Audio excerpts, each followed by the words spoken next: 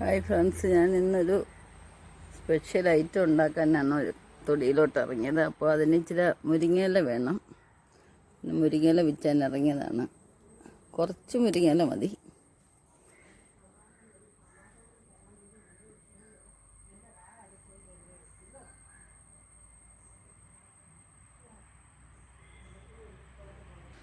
ഞാനൊരു വീഡിയോയിൽ പറഞ്ഞിട്ടുണ്ടായിരുന്നു, നമുക്ക് സ്ഥലമില്ലാത്തവരൊന്നും കൃഷി ചെയ്യാൻ മടിക്കരുത്. ഗ്രോ ബാഗിലെല്ലാം നന്നായിട്ടുണ്ടാകും. ചെറിയൊരു പരിചരണം മതി. ഇത് ഞാൻ കമ്പ് ഒഴിച്ച് വെച്ചാണ്. ഇടയ്ക്കിടയ്ക്ക് ഞാൻ ഇതിൻ്റെ ഇല എടുത്തുകൊണ്ടിരിക്കുകയാണ്.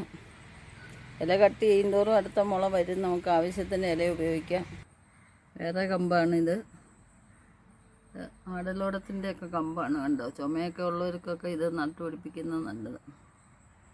അതും കിളിച്ച് വരുന്നുണ്ട്. അപ്പോൾ നമ്മൾ സ്പെഷ്യൽ എന്താ ഉണ്ടാക്കുന്നതെന്ന് പറഞ്ഞില്ലല്ലോ. അതിനുവേണ്ടി ഞാൻ കുറച്ച് ഗോതമ്പ് പൊടി എടുത്തിട്ടുണ്ട്. ഒരു സ്പൂണ് അരിപ്പൊടി അതിനകത്ത് ചേർത്തിട്ടുണ്ട്. പിന്നെ മുളക് പൊടി, കുരുമുളക്, ഇച്ചിരി മസാല എടുത്തിട്ടുണ്ട്. ഇത് പെരിഞ്ജീരകം പൊടിച്ചതാണ്. സ്വല്പം മഞ്ഞൾപ്പൊടി എടുത്തിട്ടുണ്ട്. ഇനി നമുക്കിതിലേക്ക് ആവശ്യത്തിന് ഉപ്പ് എടുത്തിട്ടുണ്ട്. നാരങ്ങാ നീര് വേണം. അത് നമ്മളിതിലേക്ക് ഒഴിക്കുക. ഉപ്പൊക്കെ എടുക്കുന്ന ക്വാണ്ടിറ്റിക്ക് അനുസരിച്ച് എടുക്കാവുന്നതാണ്. നമ്മളിപ്പോൾ എടുത്തുകൊണ്ട് വന്ന മുരിങ്ങയില ഞാൻ നല്ലതായിട്ട് ക്ലീൻ ചെയ്ത് കണ്ടില്ലേ, ചെറുതായിട്ട് അരിഞ്ഞെടുത്തിട്ടുണ്ട്. അപ്പോൾ അതും ഇതിലോട്ട് മിക്സ് ചെയ്യുക. ഇനി വേണ്ടുന്നത് തേങ്ങയാണ്.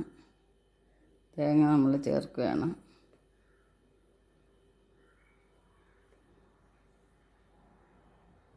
പിന്നെ വേണ്ടുന്ന ചേരുവകളാണ് ചെറിയ ഉള്ളി, പച്ചമുളക്, ഇഞ്ചി, കരിവേപ്പില. നമുക്കിനി ഇതെല്ലാം ഒന്ന് ചെറുതായിട്ട് അരിഞ്ഞെടുക്കാം. അപ്പം നമ്മൾ ഇഞ്ചി, ഉള്ളി, പച്ചമുളക് എല്ലാം അരിഞ്ഞെടുത്തിട്ടുണ്ട്. നമ്മളിതിൻ്റെ കൂടെ ഇട്ടിട്ടുണ്ട്. ഇനി നമ്മുടെ താരം എന്താണെന്നറിയണ്ടേ? എല്ലാവർക്കും ഒരു ആകാംക്ഷ കാണുമല്ലോ, എന്ത് ചെയ്യാനാണ് ഞാൻ പോകുന്നതെന്നുള്ളത്. അപ്പോൾ ഞാൻ കണ്ടില്ലേ, എനിക്ക് കിട്ടിയ മീനിൻ്റെ പനഞ്ഞിലാണ്. മുട്ടയുണ്ട്, പനഞ്ഞിലും ഉണ്ട്. അപ്പോൾ ഇത് മാത്രമായിട്ട് ഞാനിങ്ങ് മാറ്റിയെടുത്തു. അതൊരു സ്പെഷ്യൽ രീതിയിലാക്കിയെടുക്കാനാണ്. അപ്പോൾ ഇന്ന് നമ്മുടെ താരമാണ് പനഞ്ഞിൽ. നല്ലപോലെ ക്ലീൻ ചെയ്ത് നമുക്കെടുക്കാം.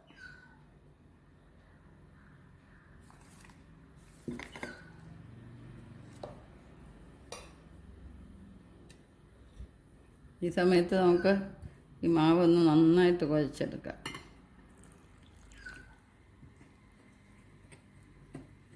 ഗോതമ്പ് പൊടി, അരിപ്പൊടിയാണ് എടുത്തേക്കുന്നത്.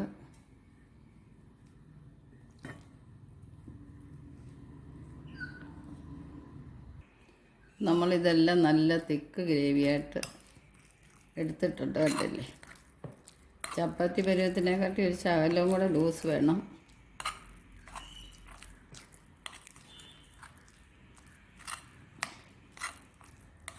നല്ലൊരു മണം വരുന്നുണ്ട് എല്ലാം കൂടെ കുഴഞ്ഞ് വന്നപ്പോൾ.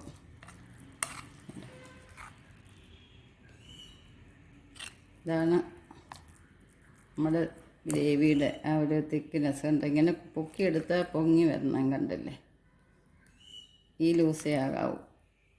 ഈ സമയത്ത് നമുക്ക് മാവിന് ഉപ്പുണ്ടോ എന്ന് നോക്കണം. നമുക്ക് ഞാൻ മുട്ട ഇടേണ്ടതാണ്.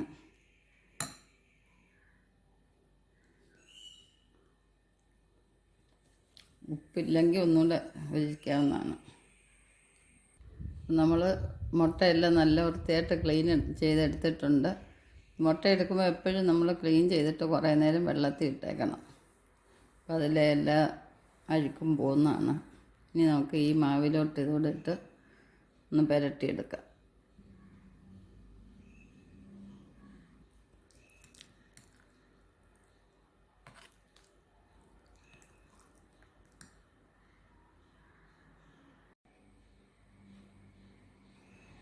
നമ്മുടെ പനഞ്ഞിലെല്ലാം നല്ല വൃത്തിയായിട്ട് ഗ്രേവിയായിട്ട് ചേർത്തെടുത്തിട്ടുണ്ട്. കണ്ടില്ലേ, വെള്ളമൊന്നും ലൂസാവരുത്. ഇതാണ് അതിൻ്റെ പരുവം.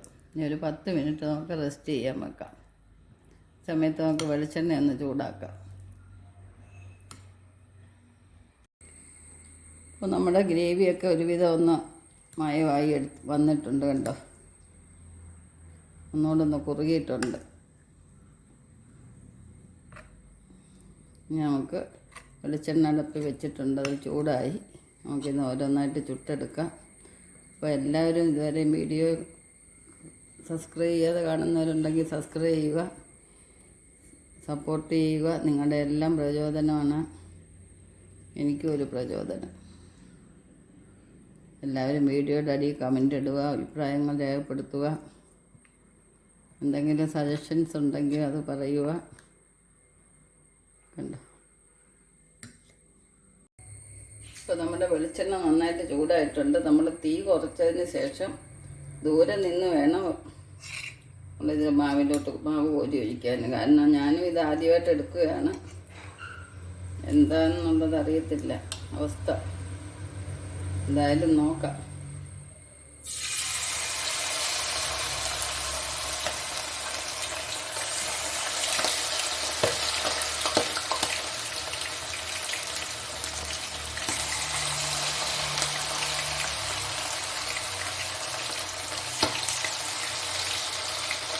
അല്ലറ ചില്ലറ പൊട്ടിച്ചെറിയൊക്കെ ഉണ്ട്, സൂക്ഷിക്കുക.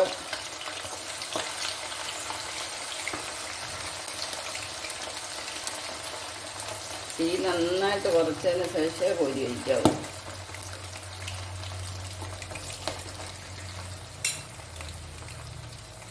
നമുക്കത് ഒന്നിച്ചൊഴിക്കാനുള്ളതേ ഉള്ളൂ.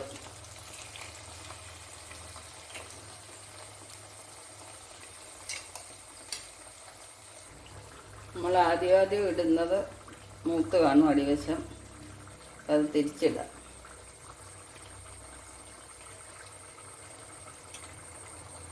രണ്ട് വശവും ഒരുപോലെ ഇളക്കി മറിച്ചിട്ട് മൂപ്പിച്ചെടുക്കാം.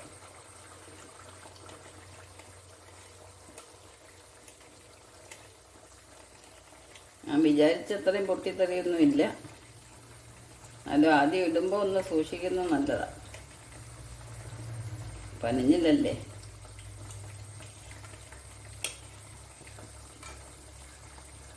മീൻ്റെ മുട്ട നമ്മൾ വറക്കുമ്പോഴായാലും ആ ഒരു പൊട്ടിത്തെറി ഉണ്ട്.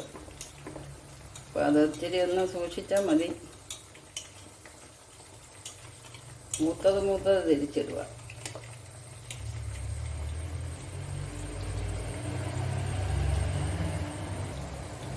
അപ്പം നമ്മളാരും ഇത് ഇതുവരെ കഴിച്ചിട്ടുണ്ടെങ്കിൽ കഴിക്കുക, നല്ല ടേസ്റ്റാണ്.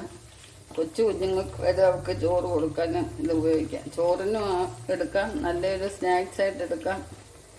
അപ്പോൾ എല്ലാവർക്കും ഈ വീഡിയോ ഇഷ്ടപ്പെട്ടെന്ന് വിചാരിക്കുന്നു.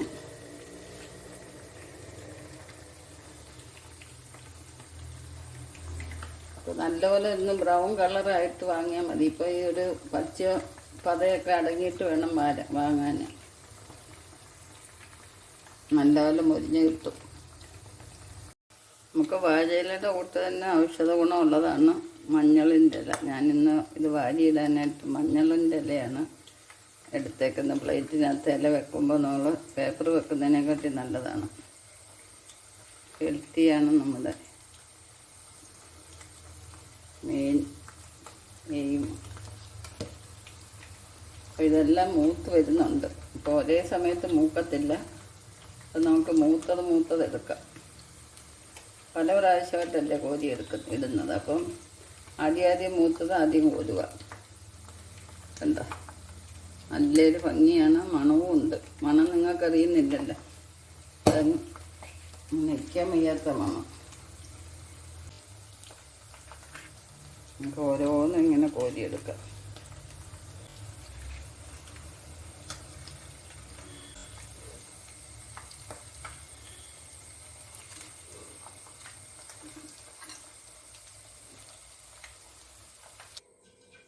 അപ്പം നമ്മുടെ മീനിൻ്റെ മുട്ട കൊണ്ടുള്ള ബജി റെഡി ആയിരിക്കുന്നു. കണ്ടില്ലേ, നല്ലൊരു ടേസ്റ്റാണ്. കണ്ടോ, ഇത് കൂട്ടി ചോറുണ്ണാനും വെക്കും, നമുക്ക് ചായയുടെ കൂടെയൊക്കെ കഴിക്കാവുന്നതാണ്. അപ്പോൾ എല്ലാവർക്കും ഈ വീഡിയോ ഇഷ്ടപ്പെട്ടെന്ന് വിചാരിക്കുന്നു. നെക്സ്റ്റ് ഒരു വെറൈറ്റി ആയിട്ട് അടുത്ത വീഡിയോ കാണാം. നമുക്കിത് നല്ല ക്രിപ്സിയാണ് കേട്ടോ. ഇപ്പം കുഞ്ഞു കുട്ടികൾക്കൊക്കെ ഇങ്ങനെ പലഹാരങ്ങളൊക്കെ പുതിയ പുതിയ പലഹാരങ്ങൾ ഉണ്ടാക്കി കൊടുക്കും എല്ലാവരും.